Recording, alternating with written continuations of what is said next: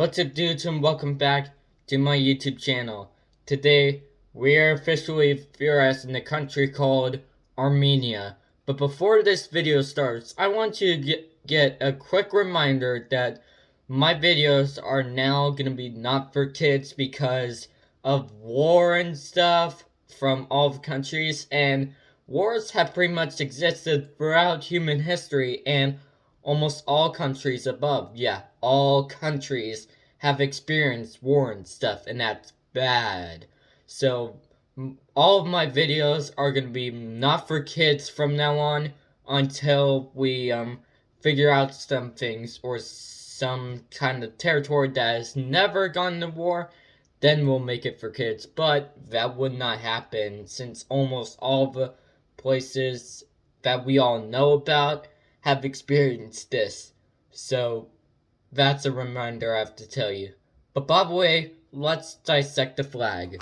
The Armenian flag makes a lot of symbols. The red stands for the blood shed by the Armenians in the past, for example, the Armenian genocide. The blue is for uncharging Armenian land, and the orange is the courage and work. Yeah, that's impressive, by the way.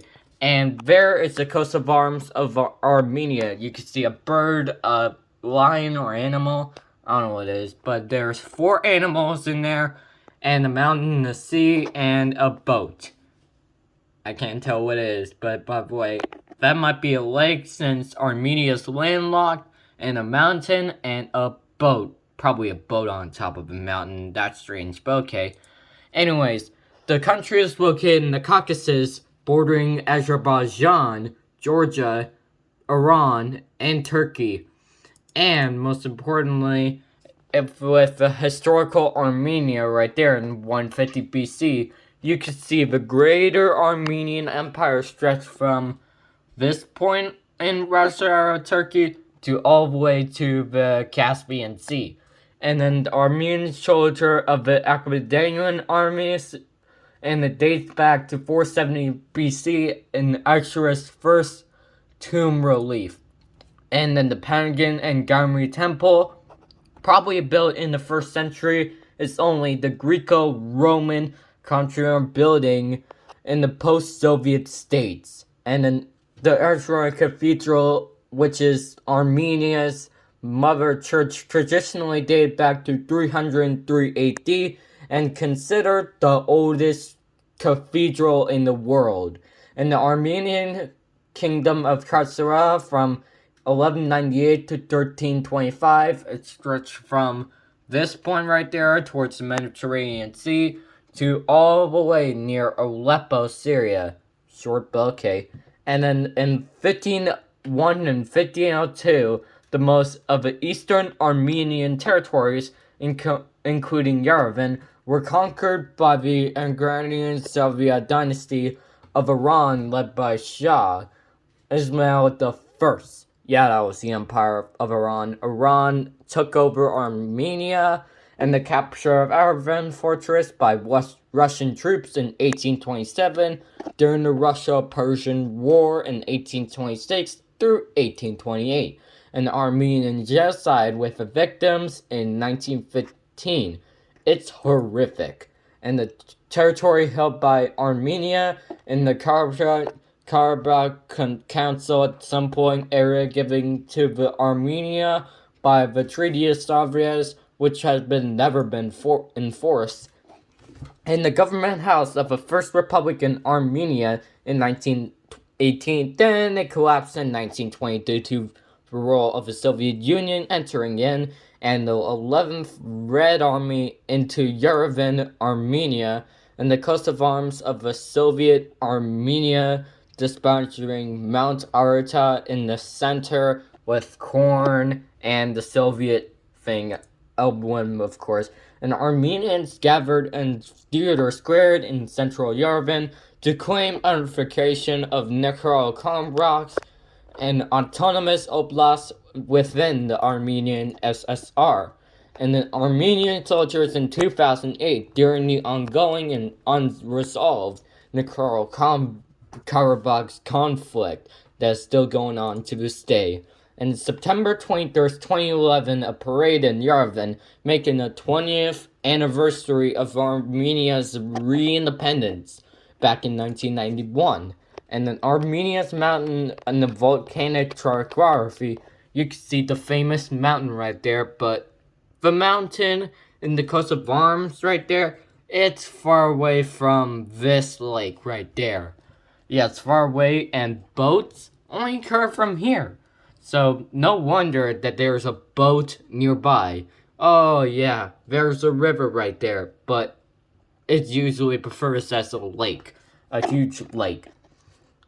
And there's the Armenian Glacier Climate Desolation Map, and the arid cold, which is around right there. Arid separate cold, which is around right there. And temperate no dry season, hot summer is rarely, but around the north one. And then the temperate no dry season, warm summer, which is around in the summer time, but it's very rarely. And then the cold, dry summer, warm summer, which is around towards that area right there. And the cold, dry summer, cold summer, which is right there and there. And then the cold, no dry season, hot summer, which is around right most of the country. And the cold, no dry season, hot summer is some parts of the country, just like north. I like to that one, sorry about that. And the cold, no dry season, warm summer is most of the country. And cold, no dry season is almost half of the country. And polar tundra is around in the mountain areas. And then the carbon dioxide area, and the National Assembly, and a lot more than just Armenia. It's a country filled with culture, diversity, and a lot of history. Very impressive for itself, by the way. It has even football in there. Impressive for that country being here. And of course, the Caucasus region. It has a lot of cultures in there. By the way, let's figure out the country, shall we? See, their capital and largest city is Yerevan, and their official language is Armenian, and their ethnic groups are 98.1 Armenians, 1.2 are Russians, 0.4% are Russians, 0.3 are others, and then their religion is Christianity or Armenian Orthodox, and their official language is Armenian. Yes, I said that once, but I think that I haven't said it, but I already said it. By the way, their president, Ivan since March 13th of 2022, and their vice prime minister, Nikol Pashinyan, since May 8th of 2018. And then their president of the National Assembly, Alan Soryanian, since August 2nd of 2021. And their legislators, the National Assembly and establishment, and the Armenian dynasty in 6th century BC, the Kingdom of Armenia, through 321 BC to 428 AD, and the Archelaus dynasty 190 BC, and the Archelaus dynasty 52 to 428, and the Bactrians Armenia 885 to 1045, the Kingdom of Sergolia in 1198 through 1375, then it got controlled by Iran, and then the Republic of Armenia on May 28th of 1918, and the Soviets conquered it on November 29th, 1920, and then their independence restored on September 23rd of 1991, and then CIS, acceleration, which basically Russia's version of NATO, joined on it on December 23rd of 1991 and admitted to the United Nations in March 2nd of 1992 in their current constitution since 1995. And their total in the area is 29,743 kilometers or 11,484 square miles, making it 138th in this list. And their population 2022 estimate is 3,756,000, making it 138th in this list. and their population density is about 101.5 kilometers or 262.9 square miles, which has no result. And the GP, or purchasing power hourly, is in the total is $49.7 billion, making it 120th in this list. And their per capita is 16,798, making it 90th in this list. And their GDP non-animal in 2022 estimate is $17.6 billion, making it 129th in this list. Remember, and their per capita is 5,972, making it 99th in this list. And their GNI is 29.9, which is low in this list with no result. And their HCI is 0.759, which is high in this list as 85th. And their currency is the dirham, or AMD, and their time zone is the UTC +4, in your Armenia time, and their driving size right. Speaking right, let's visualize the country, shall we? Directly into its physical geography. See, there's the country of Armenia right there. You can see the capital, Yerevan, has a lot of history in there.